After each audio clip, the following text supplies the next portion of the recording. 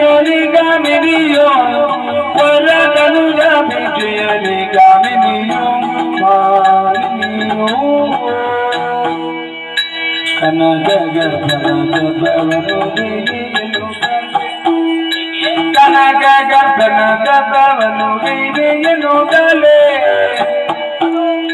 ವನದಾಗಿ ನಡೆದಂದು ವನದಾಗಿ ನಡೆದಂದು ನಡೆದಂದು ಮನದಿಯೋ ಜಿವಿಗಳು ಮನದಿಯೋ ಜಿವಿಗಳು ಜಿವಿಗಳು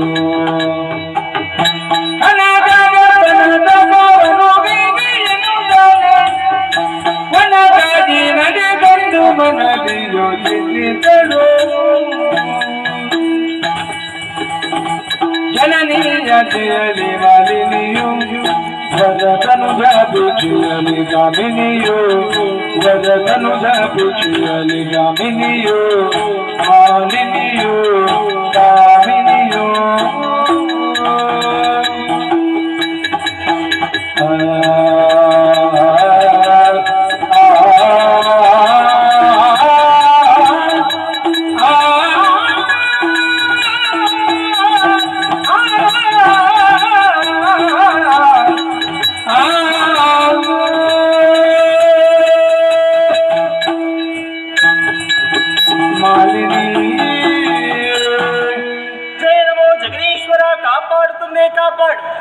ಸಾಲಂಕೃತರಾಗಿ ರಂಜಿಸುವನು ಅದು ವಿರಹಣೀಯ ತಿಲಕದೋಪಾದಿಯಲ್ಲಿ ರಾರಾಜಿಸ್ತಾ ಇದೆ, ರಂಜಿಸ್ತಾ ಇದೆ ನಮ್ಮದಂತಹ ಶೋಣಿತಾಪುರ.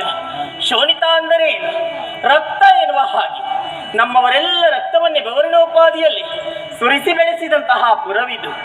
ಆದ ಕಾರಣದಿಂದಲೇ ಶೋಣಿತಾಪುರ ಎನ್ನುವಂತಹ ಹೆಸರು ಬಂತು. ಪ್ರಪಂಚದ ನಾನಾ ಜೀವರಾಶಿಗಳ ಜನನಕ್ಕೆ ಕಾರಣರಾದವರು ಕಶ್ಯಪ ಬ್ರಹ್ಮರು, ಇವರ ಜ್ಯೇಷ್ಠ ಪತ್ನಿ ಎಂದು ಕಂಡವರು ಅಸುರ ಕುಲ ಸಾಮ್ರಾಜ್ಞಿ ದಿತಿದೇವಿ. ಅಮ್ಮನ ಪಾವನವಾದಂತಹ ಗರ್ಭಾಮುದಿಯಲ್ಲಿ ಬೆಳೆದು ಪವಿತ್ರವಾದಂತಹ ಈ ಪ್ರಪಂಚದ ಬೆಳಕನ್ನು ಕಂಡುಕೊಂಡೆ ಮಾಲಿನಿ ಎನ್ನುವ ಹಾಗೆ ಹೆಸರನ್ನಿರಿಸಿದ್ದಾರೆ. ಎಷ್ಟು ಸಂಪತ್ತಿದ್ದರೆ ಮನುಷ್ಯನ ಮನಸ್ಸಿಗೆ ಒಂದಿನಿತ ನೆಮ್ಮದಿ ಎಂಬುದು ಬೇಡವೆ? ಅದು ಖಂಡಿತವಾಗಿ ನಮ್ಮ ಪಾಲಿಗೆ ಇಲ್ಲದಾಗಿ ಹೋಯ್ತಲ್ಲ. ನ್ಯಾಯವಾಗಿ ಸಿಗಬೇಕಿತ್ತು ಅಮರಲೋಕದ ಅಧಿಕಾರ. ಇದನ್ನು ಪಡೆಯುವಂತಹ ಉದ್ದೇಶದಿಂದಲೇ ಅದೆಷ್ಟೋ ಅಗ್ರಜರನ್ನು ಮಾತೆ ಅಮರಲೋಕಕ್ಕೆ ಕಳುಹಿಕೊಟ್ಟಿದ್ದಾಳೆ. ಹರಿಯ ಕುಟಿಲತನದಿಂದ ಎಲ್ಲರೂ ಹತರಾಗಿ ಹೋದ್ರಲ್ಲ. ಈ ವಿಷಯವನ್ನು ಅರಿತಂತಹ ಅಮ್ಮನಿಗೆ ಶೋಕವು ಪ್ರಾರಂಭವಾಯಿತು. ಅಂತಿಂತ ಶೋಕವಲ್ಲ, ಪುತ್ರ ಶೋಕ. ಸದಾ ಪುತ್ರ ಶೋಕದಿಂದ ಅಲಳುತ್ತಿದ್ದಂತ ಅಮ್ಮನಿಗೆ ಎರಡು ಸಾಂತ್ವನದ ಮಾತುಗಳನ್ನು ಹೇಳಿದೆ. ದೈತ್ಯ ಕುಲವನ್ನು ನಾನು ಉದ್ಧರಿಸ್ತೇನೆ ಅಮ್ಮ ಎನ್ನುವ ಹಾಗೆ. ಆವಾಗ ಮಾತೆ ಕರೆದಾಡಿದಂತಹ ಮಾತು, ಗಂಡು ಮಕ್ಕಳಿಂದ ಆಗದಂತಹ ಕಾರ್ಯವನ್ನು ಹೆಣ್ಣಾದಂತಹ ನೀನು ಸಾಧಿಸು ಮಗನೇ ಎನ್ನುವ ಹಾಗೆ. ಸಾಧನೆಗೆ ಗಂಡಾದರೇನು ಹೆಣ್ಣಾದ್ರೇನು ಸಾಧಿಸ್ತೇನೆ ಎನ್ನುವಂತ ಛಲ ಮುಖ್ಯ ತಾನೆ. ಹಾಗೆಯೇ ಅಮ್ಮನಿಂದ ಆಜ್ಞೆಯನ್ನು ಪಡೆದುಕೊಂಡು ಬಲು ದೂರ ಸಾಗಿ ಬಂದು ನಿಂತಹ ಸ್ಥಳವಾದ್ರೆ ಯಾವುದು? ದಟ್ಟವಾದಂತಹ ಕಾರಣ, ಸೂರ್ಯ ರಶ್ಮಿ ದರೆಗಾಣದಂತಹ ಗೊಂಡಾರಣ್ಯವಿದು. ಮನೋಹರವಾದಂತಹ ಪರಿಸರ, ಪ್ರಶಾಂತವಾದಂತಹ ವಾತಾವರಣ, ಪ್ರಸನ್ನವಾದಂತಹ ಪ್ರಕೃತಿ, ಪ್ರಚೋದಕವೂ ಪ್ರಬೋಧಕವಾದಂತಹ ಈ ಸ್ಥಳದಲ್ಲಿ ನಾನು ತಪಸ್ಸನ್ನು ಆಚರಿಸಿದ್ರೆ ವಿಧಿ ಒಲಿದು ಅನುಗ್ರಹಿಸುವುದಂತೂ ಸತ್ಯ ತಾನೆ. ತಪಸ್ಸಿಗಳ ಚಾರಿತ್ಯದಂತೆ ಗಂಗೊಳಿಯುತ್ತಿರುವಂತಹ ತಿರುಣಿಯ ಸರಸಿಯಲ್ಲೇ ಮಿಂದ ಸುಚೀರ್ಭೂತಲಾಗಿದ್ದೇನೆ. ಮತ್ತ್ಯಾಕೆ ಸಾವಕಾಶ? ವಿಧಿಯ ಕುರಿತು ಸ್ವಲ್ಪ ಅವಸರ ಆಯ್ತಾ? ಕೇವಲ ಸರದಾಯಿಕೆ ಮಾಡಿದ್ರೆ ಆಗುದಿಲ್ಲ. ನನ್ನ ಬಗ್ಗೆ ಸ್ವಲ್ಪ ನಾನು ಆಲೋಚನೆ ಮಾಡಬೇಕು.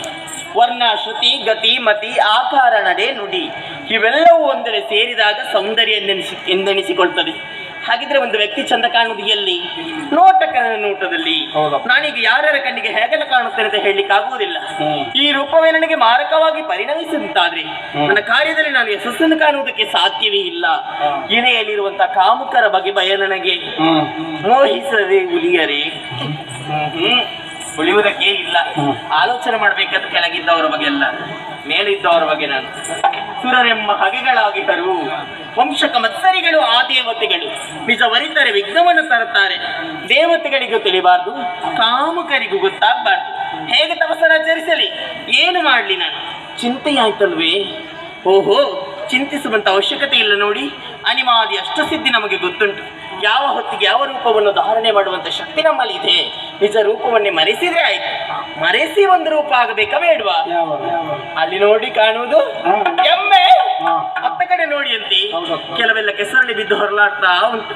ಇನ್ನು ಕೆಲವೆಲ್ಲ ಎಷ್ಟೊತ್ತಿಗೆ ಬಿದ್ದುಕೊಳ್ಳೋದು ಅಂತ ಕಾಯ್ತಾ ಉಂಟು. ತಡ ಮಾಡುವುದಲ್ಲ, ಕಾಣುತ್ತಿರುವಂತಹ ಮಹಿಷಿಯ ರೂಪವನ್ನ ಅಂತೂ ತಮಸನ ಸೇರಿಸುವೆ.